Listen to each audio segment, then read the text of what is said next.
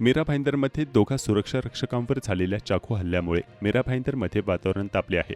सोमवारी पहाटे 4च्या सुमारास नयानगर येथे राहणारा 31 वर्षीय आरोपी जईब जुबेर अन्सारी याने एका सुरक्षा रक्षकावर चाकू हल्ला केला।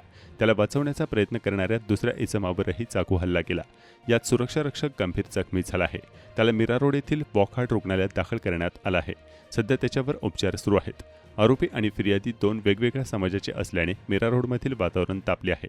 आज पहाटे 4च्या सुमारास अस्मिता क्लब येथे बांधकाम चालू इमारतीचे सुरक्षा रक्षक राजकुमार मिश्रा हे तेथे आपल्या ड्युटीवर तैनात होते।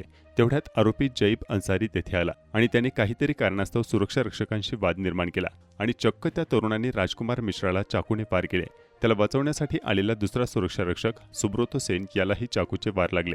मीरा रोडच्या नयानगर पोलिसांनी सुब्रोतो सेनच्या तक्रारीवरून गुन्हा दाखल केला आहे। मात्र धार्मिकतेचा रंग पकडल्याने हिंदुत्ववादी संघटना आक्रमक झाल्या आहेत।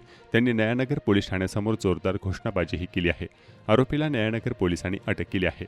आरोपीचा मुंबईच्या कुर्ला येथे जन्म झाला आहे। 2000 ते 2019 मध्ये हा अमेरिकेत होता।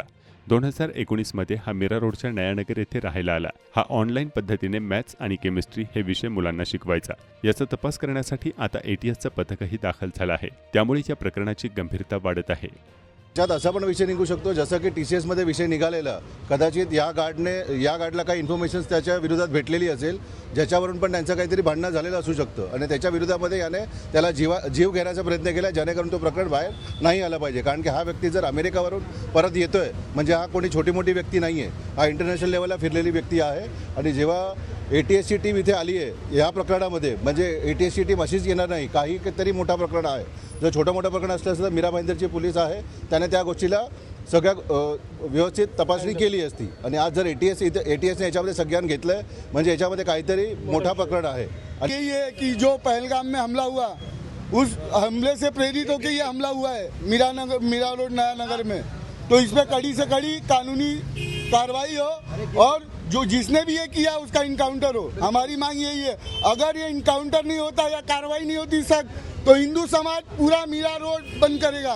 पूरा मीरा रोड में जगह जगह पर प्रदर्शन करेगा हिंदू समाज, अगर कार्रवाई कड़ी नहीं होती है तो।